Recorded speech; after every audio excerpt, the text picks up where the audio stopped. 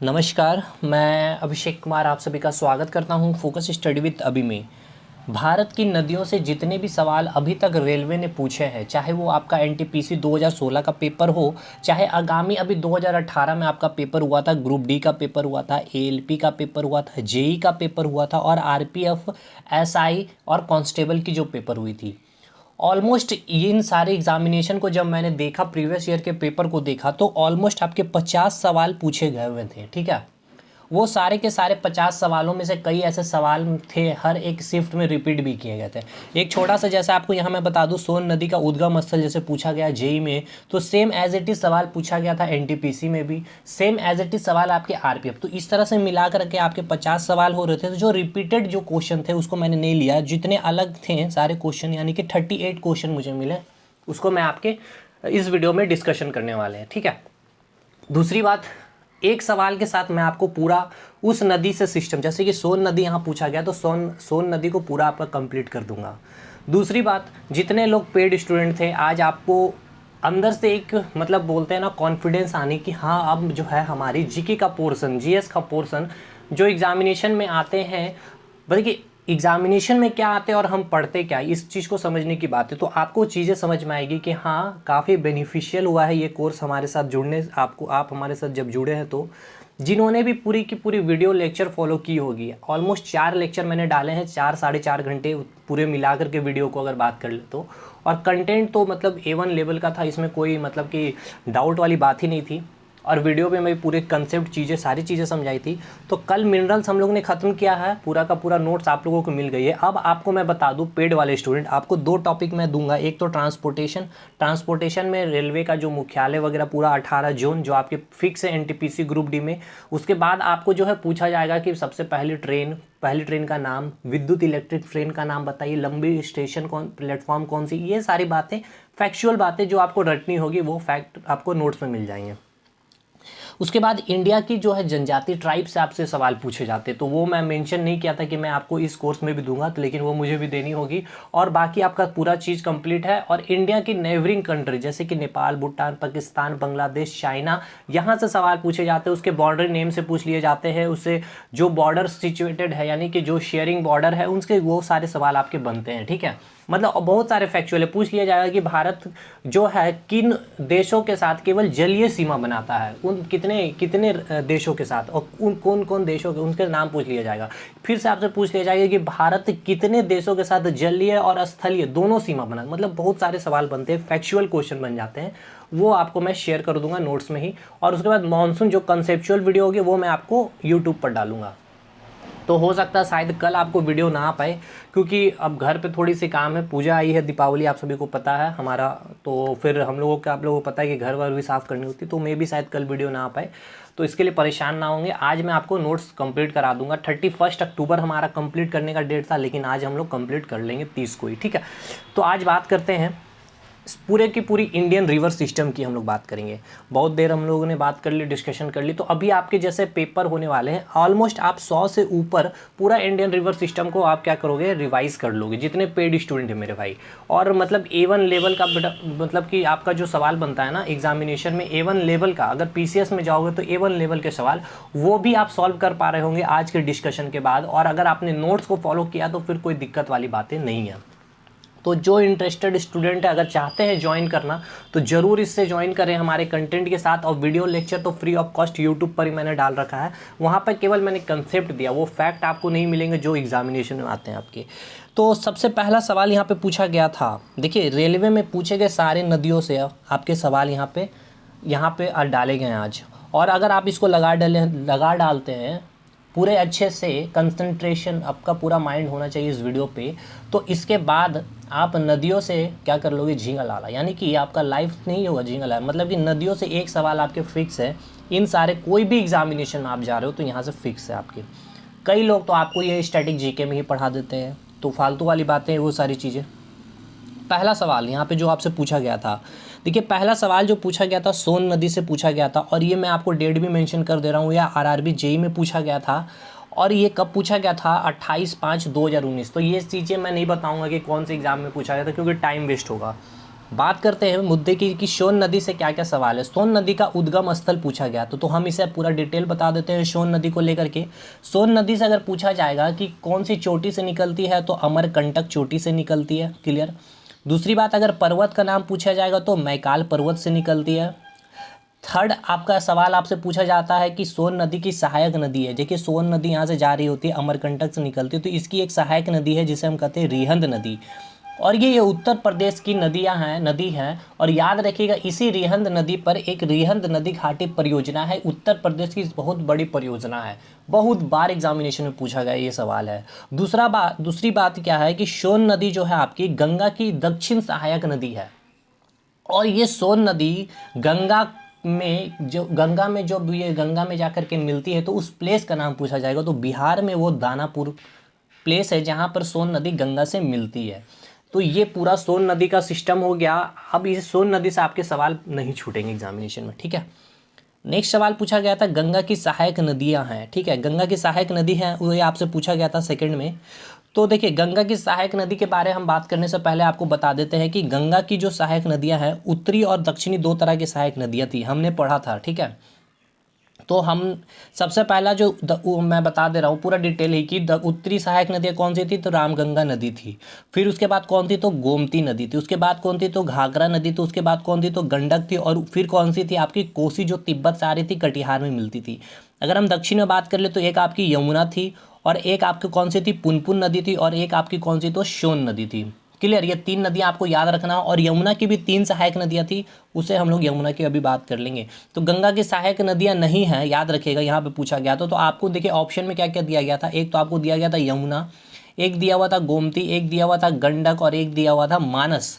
तो याद रखिएगा मानस किसकी सहायक नदी थी तो ब्रह्मपुत्र की सहायक नदी थी। जब हम लोग पूर्वोत्तर में यानी कि ब्रह्मपुत्र नदियाँ पढ़े थे, देखिए रिवर सिस्टम हमने तीन वीडियो में हमने कवर किया था। एक तो सिंधु नदी, दूसरे वीडियो में ब्रह्मपुत्र गंगा को खत्म किया था और अंतिम वीडियो में साउथ इंडियन रिवर कल हमने जो कवर किया था काफ़ी डिटेल में।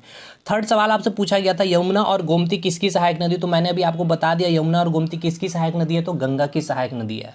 अच्छा एक चीज़ और मैं बता दूं, यहाँ पे मैंने आपको जैसे बताया कि रामगंगा नदी, तो याद रखिएगा रामगंगा जो गंगा से मिलती है ये कहाँ पर मिलती है तो कन्नौज में मिलती है उत्तर प्रदेश में। और रामगंगा नदी जिम कॉर्बेट, याद रखिएगा आपसे ये भी सवाल पूछा गया है कि रामगंगा नदी जो है जिम कॉर्बेट राष्ट्रीय उद्यान से निकलती है, ठीक है। रामगंगा नदी जिम कॉर्बेट राष्ट्रीय उद्यान से निकलती है। Very very very very important question है ये आपका। और मे भी इस बार आपके एग्जामिनेशन में पूछा जाएगा, इस उद्यान का नाम आपसे हो सकता है आपके एग्जामिनेशन में पूछ लिया जाए। दूसरी बात हमने बात की गोमती नदी, तो गोमती नदी भी याद रखिएगा, ठीक पूछा जाएगा इससे ये सवाल आपकी। तो ये आपको पहले तो पूछ लिया जाएगा कहाँ पे गंगा से मिलती है तो वाराणसी में मिलती है। और लखनऊ जो शहर है आपको ये पूछा जाएगा स्थित है कौन सी नदी के किनारे, तो याद रखिएगा ये जो नदी गोमती नदी के किनारे ही लखनऊ स्थित है। नेक्स्ट घाघरा नदी की बात कर ले तो ये बक्सर में आकर के गंगा से मिलती है।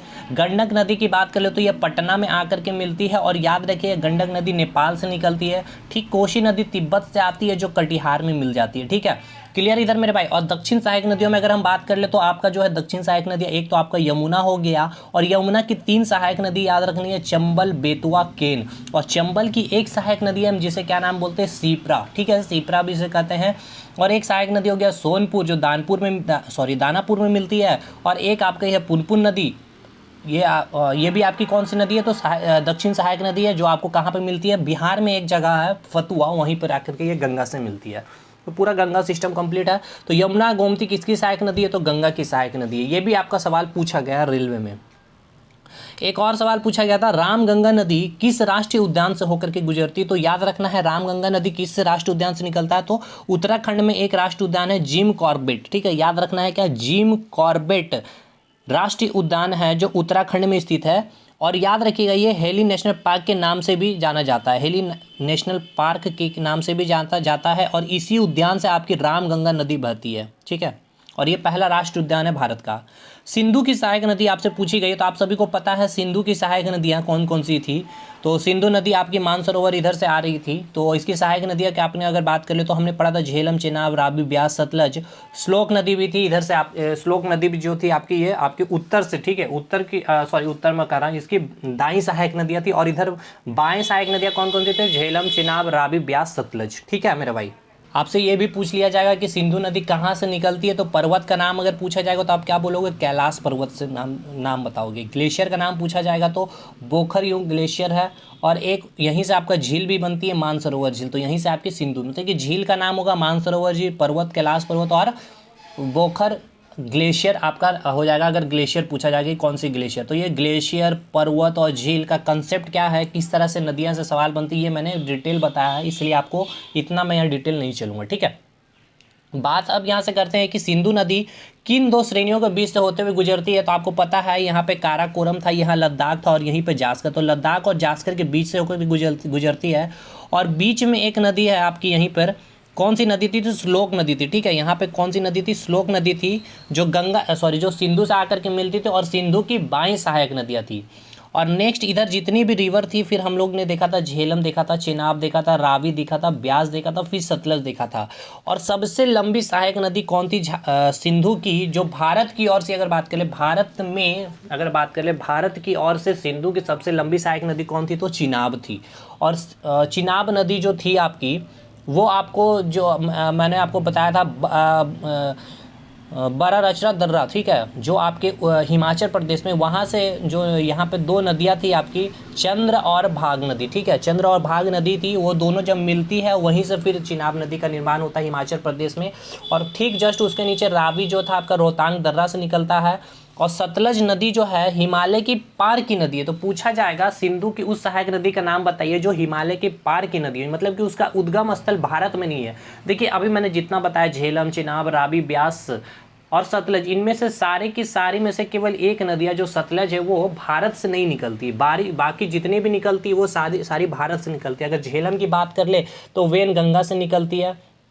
अगर हम चिनाब की बात करें तो मैंने बता दिया, रावी भी बता दिया, ब्यास भी आपके उत्तराखंड जो हिमाचल प्रदेश वाला जो ये सेक्टर वहाँ से निकलती है। और सतलज जो है आपका राकसताल झील है एक तिब्बत पे, वहाँ से निकलती है और वो जाकर के चिनाब में मिल जाती है।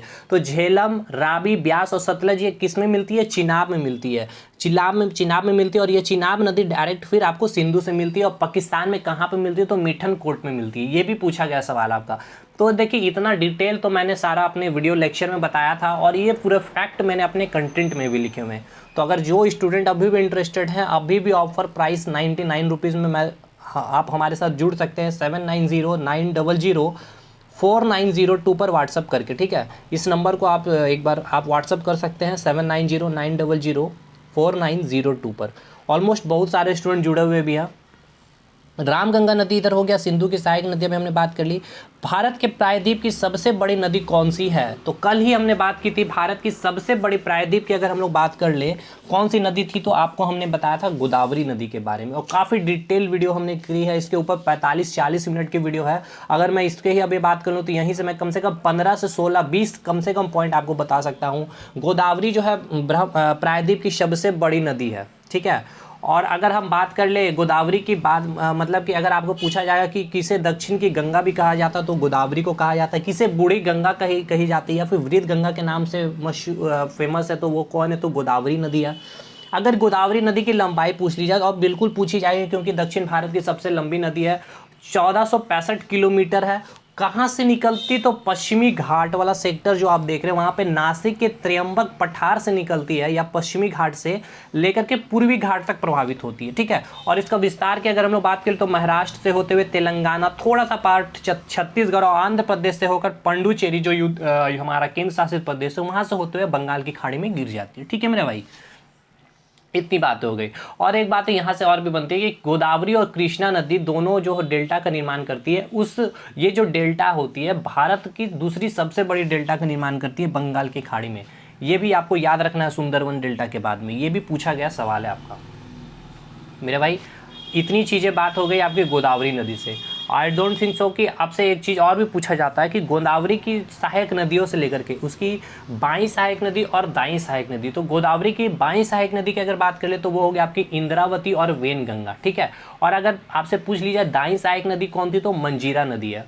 तो देखिए ये चीज़ें आप में से जो नए स्टूडेंट होंगे हो सकते हैं कि आपको थोड़ा सा दिक्कतें आ रही होंगी, लेकिन जितने पेड के स्टूडेंट हैं उनका तो पूरा रिवीजन चल रहा होगा, माइंड में पूरा वो मैप घूम रहा होगा, वो नदी वाली सारी सिस्टम में चल रही होगी, किधर से आकर के किधर मिल रही है नदियाँ। मैंने पूरा मैप सारा कुछ मैंने अपने तो वीडियो लेक्चर में ही कर दिया था, तो आप उसे भी देख सकते हैं, लेकिन ज़रूर आप इस कोर्स को ज्वाइन करिए मैं कहूँगा, क्योंकि नोट्स जो मैंने बनाया बहुत ही A1 लेवल का नोट्स बना हुआ ये। बात अब हम करते हैं कोलेरू झील। सबसे पहले कोलेरू झील है कहाँ, ये आपसे पूछा जाएगा, तो ये हमने कवर किया था लेक वाले टॉपिक में। आंध्र प्रदेश में किन दो नदियों के डेल्टा पर स्थित है, तो गोदावरी और कृष्णा के डेल्टा पर स्थित है। और मैंने अभी यही बताया कि ये दोनों नदियों के डेल्टा विश्व भारत में जो है दूसरे सबसे बड़ी डेल्टा दूसरे नंबर में, सुंदरवन डेल्टा के बाद। विश्व के सबसे बड़े मुहाने का निर्माण कौन करती है, तो कौन जो है गंगा और ब्रह्मपुत्र जो है ये आपके सबसे बड़े डेल्टा का निर्माण करती है, सुंदरवन डेल्टा।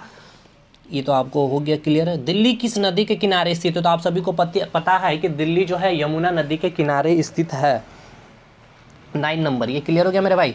दिल्ली किस नदी के किनारे स्थित है, तो यमुना नदी के किनारे स्थित है। और यमुना की 3 सहायक नदियाँ आपको याद रखनी है, जो दक्षिण में है चंबल, बेतवा, केन, और चंबल की एक सहायक नदी कौन है, तो सिप्रा। अब चंबल का उद्गम स्थान पूछ लिया जाएगा, सिप्रा के बगल में कौन सा राज्य शहर स्थित है। ये सारे मतलब बहुत सारे फैक्चुअल सवाल जो हमने कल किए भी थे डिस्कशन, ठीक है।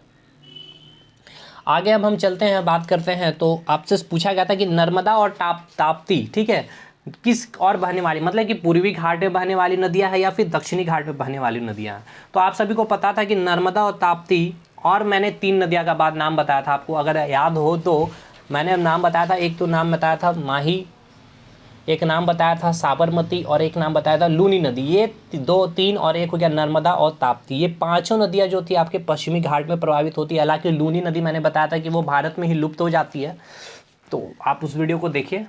उसके बाद हम बात करते हैं कि ये इसका आंसर क्या हो जाएगा, पश्चिमी घाट की ओर, यानी कि पश्चिम की ओर बहने वाली नदियाँ। यहाँ से एक और सवाल आपका बनता है कि याद रखिएगा जबलपुर जो आपका शहर है, ये सिचुएटेड है आपका नर्मदा नदी के किनारे ही। और नर्मदा नदी का विस्तार कहाँ कहाँ है, मध्य प्रदेश में, गुजरात होकर के थोड़ा सा महाराष्ट्र से प्रभावित होती है ये। और एक और सवाल आपसे याद रखना है कि ये जो नर्मदा नदी है 2 जलप्रपात का निर्माण करती है, एक भेड़ाघाट और धुआंधार। ये भी वेरी वेरी इंपॉर्टेंट सवाल है आपका एग्जामिनेशन के लिए।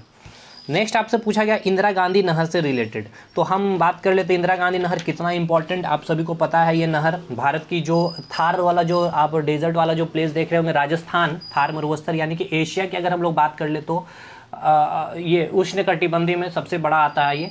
तो यहीं पर आपकी जो है एक आपका हरिके बांध, हरिके बांध, ठीक है, हरिके बांध जो आपके सतलज और ब्यास के ऊपर बनाई गई है, ठीक है, सतलज और ब्यास नदी के ऊपर बनाया गया था ये बांध, हरिके बांध। इस बांध से ही क्या है आपको इंदिरा गांधी नहर निकलती है। और ये मुख्यतः पूछा जाएगा कौन कौन से राज्यों इससे लाभ उठाती है इसके पानी की, तो राजस्थान और पंजाब। यहाँ के राजस्थान और पंजाब के लिए मतलब समझिए कि लाइफ लाइन है यहाँ के लिए। ये बहुत इंपॉर्टेंट सवाल हो गया आपका इधर से। नेक्स्ट आपसे पूछा गया था निम्न में से कौन सी नदी अरब सागर में नहीं गिरती है, तो भाई आप सभी को पता अरब सागर में नहीं गिरती है, यानी कि मैंने अभी इधर आपका अरब सागर था, इधर बंगाल की खाड़ी था, तो यहाँ पे 5 मैंने अभी बता दिया, लूनी, उसके बाद साबरमती, माही, लूनी तो लुप्त हो जाती है भारत में, नर्मदा और ताप्ती। बाकी महानदी गोदावरी, कृष्णा, कावेरी, पेरियार, वेगई, ये सारी नदियाँ जो हैं आपके अरब सागर में गिरती है, तो आप ऑप्शन से टिक कर लोगे। हालांकि अगर हम इस ऑप्शन की बात करें तो आपको दिया था कि अरब सागर में नहीं गिरती है, तो एक दिया हुआ था नर्मदा, एक दिया हुआ था ताप्ती, तो ये तो अरब सागर में गिरती है दोनों। एक और दिया था साबरमती, ये भी अरब सागर में। एक था गंगा, तो आप सभी को पता है गंगा तो उत्तर की नदियाँ हैं, तो ये आंसर हो जाएगा गंगा। मतलब बड़ा ईजी ऑप्शन मिलेंगे आपको, लेकिन मैं तो बहुत डिटेल तक चीज़ें करवाया हूँ आपको। निम्न में से कौन सी, ये हो गया सप्त सिंधु क्षेत्र में कौन सी नदी सूख जाती है, तो याद रखिएगा 2 नदियाँ के बारे में आप, एक तो आपको मैंने अभी बताया लूनी नदी जो पश्चिमी दिशा की ओर बहती है, जो भारत में ही भूमिगत हो जाती है, मतलब भूमि के अंदर लुप्त हो जाती है वो। और एक ऐसी ही नदी है सरस्वती नदी। अब आपको कई बार ऋग्वेदिक काल जब आप पढ़ोगे तो सरस्वती को घग्गर नदी के नाम से भी जानते, तो ऑप्शन में आपको घग्गर नदी मिल जाए, तो घग्गर नदी भी ये सप्त सिंधु वाला जो क्षेत्र है पंजाब वाला इलाका, यहाँ पर सरस्वती नदी जो है ये भी भूमिगत हो जाती है, यानी कि लुप्त हो जाती है, यानी कि सूख जाती है। तो याद रखिएगा घग्गर नदी यानी कि सरस्वती नदी। सूरत से होकर के बहने वाली नदी कौन सी है? Very very very very important. तो मैंने बताया था कल ही, ताप्ती नदी के किनारे ही जो है सूरत स्थित है। और फिर से मैं आपको ताप्ती के बारे भी अगर कुछ बात कर लूँ तो ताप्ती नदी कहाँ से निकलती है? तो मध्य प्रदेश में मुल्तई से, मुल्तई में एक प्लेस है, वहीं पर आपका एक जिला है बैतूल जिला, वहीं से आपकी ताप्ती नदी निकलती है।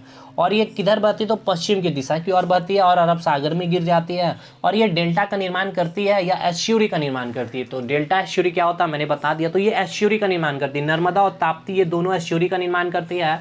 और सूरत जो है इसी नदी के किनारे स्थित है। और इसकी विस्तार की अगर हम बात करें तो महाराष्ट्र, गुजरात और आपका थोड़ा सा पार्ट महाराष्ट्र, गुजरात और मध्य प्रदेश से होकर के ये प्रभावित होकर के अरब सागर में गिर जाती है। बात हम करते हैं चंबल, बेतवा और सोन, ठीक है, किस डैश की ओर बहने वाली नदियां हैं? चलिए बताइएगा मुझे। देखिए चंबल किधर बह रही है? तो यमुना नदी इधर से आ रही थी, चंबल इसकी सहायक नदियां है, बेतवा इसकी सहायक नदियां है, और सोन भी आपकी उत्तर की ओर ही, आप देख रहे हो किधर प्रभावित है, तो उत्तर की ओर बहने वाली ये नदियां हैं। ठीक है मेरे भाई, तो ऑप्शन इसका आपको मिलेगा उत्तर जरूर, पूर्व पश्चिम दक्षिण में एक होगा उत्तर, तो आप उत्तर टिक करके आओगे। तुंगभद्रा, ठीक है, किसकी सहायक नदी है? अगर आपने थोड़ा सा ध्यान दिया होगा अभी आपने, तो मैंने आपको बताया था गोदावरी की सहायक नदियाँ के बारे में, जिसमें से आपको मैंने बताया था गोदावरी की सहायक नदियाँ एक है इंद्रावती और एक है वेनगंगा। और ये कौन सी सहायक नदियाँ थी? बाईं सहायक नदियाँ थी। लेकिन अगर हम बात करें इसकी दाईं सहायक नदी के बारे में, तो मंजीरा नदी जो थी उसकी दाईं सहायक नदी थी। लेकिन हम जस्ट उसके नीचे आते तो गोदावरी के बाद आपका एक नदी है आपका कृष्णा नदी। अब कृष्णा की पूरी डिटेल भी हम लोग कर लेते हैं। इसकी भी एक सहायक नदी है, आपको पूछ लिया जाता है एग्जामिनेशन में मेनी टाइम। और आप अभी भी जैसे कि आपको मिला है ये सवाल तुंगभद्रा के बारे में। तो याद रखिएगा तुंगभद्रा जो है कृष्णा की सबसे लंबी सहायक नदी है, याद रखना है आप सभी को, सबसे लंबी सहायक नदी है। और ये दाई सहायक नदी है, कृष्णा इधर बह रही है तो ये दाई बाई का कंसेप्ट मैंने दे दिया था। तो ये दाई सहायक, और ये सबसे लंबी सहायक नदी है कृष्णा की, ये भी आपको याद रखना है, तुंगभद्रा नदी। और इसकी दो नदी और सहायक नदी एक याद है, भीमा नदी आपको याद रखना है, और एक मैंने मूसी नदी भी बताई थी। ठीक है, ये 22 सहायक नदियाँ थी। कृष्णा नदी की अगर हम बात कर ले तो ये कहाँ से निकलती है? तो कृष्णा नदी पश्चिम घाट के महाबलेश्वर से निकलती है। और तुंगभद्रा, मूसी और भीमा इसकी क्या हो जाएगी? सहायक नदी। और इसमें अगर हम बात कर ले तो इसका भी विस्तार अगर हम देख लेते हैं तो वही वाला सेक्टर आपको देखने को मिलेगा, कृष्णा नदी जो एज इट इज़ गोदावरी का आपको जो सेक्टर देखने को मिल जाता है। ठीक है मेरे भाई, यानी कि गोदावरी की अगर हम लोग बात कर ले तो महाराष्ट्र होगा, तेलंगाना, थोड़ा सा छत्तीसगढ़ और आंध्र प्रदेश होते हुए फिर आपको बंगाल की खाड़ी में वो गिर जाती है। ठीक, क्लियर है? आगे बढ़ते हैं हम लोग सावित्री नदी की बात कर ले रहे हैं। यहाँ पे सावित्री नदी किस राज्य से निकलती है? तो याद रखिएगा, एक अच्छा सवाल था ये, थोड़ा सा हमने भी डिस्कशन नोट्स में भी नहीं किया ना वीडियो में। तो याद रखिएगा सावित्री नदी, एक सवाल यही था मुझे जो मैं आप लोगों के साथ नहीं शेयर कर पाया, महाराष्ट्र से ये निकलने वाली नदियाँ ये। गोदावरी नदी किस राज्य से होकर बहती है? मैंने बता दिया, नहीं बताऊंगा। कृष्णा नदी किन राज्यों के बीच विवाद है? तो याद रखिएगा तमिलनाडु और आपके कृष्णा नदी के बीच जो आपका विवादित है। देखिए मेनली आपको ये डिपेंड करता है कि आपके ऑप्शन क्या दिए होंगे, ये थोड़ा सा ऑप्शन के ऊपर भी ये सवाल आपके बन जाता है, क्योंकि यहाँ पे ऑप्शन में कभी कभी जो होता है कि वो राज्य के नाम ये लोग देते नहीं है। तो याद रखना है आपको यहाँ पे सबसे पहले कृष्णा नदी जो विवादित है किन किन के बीच में, तो याद रखना है आपको कृष्णा नदी कहाँ से निकलती है? मैंने बताया था महाबलेश्वर से, महाराष्ट्र के महाबलेश्वर से निकलती है। और कर्नाटक और आंध्र प्रदेश के बीच में ये थोड़ा सा विवादित है। ठीक है, तो याद रखिएगा कर्नाटक और आंध्र प्रदेश के बीच में ये विवादित है कृष्णा नदी।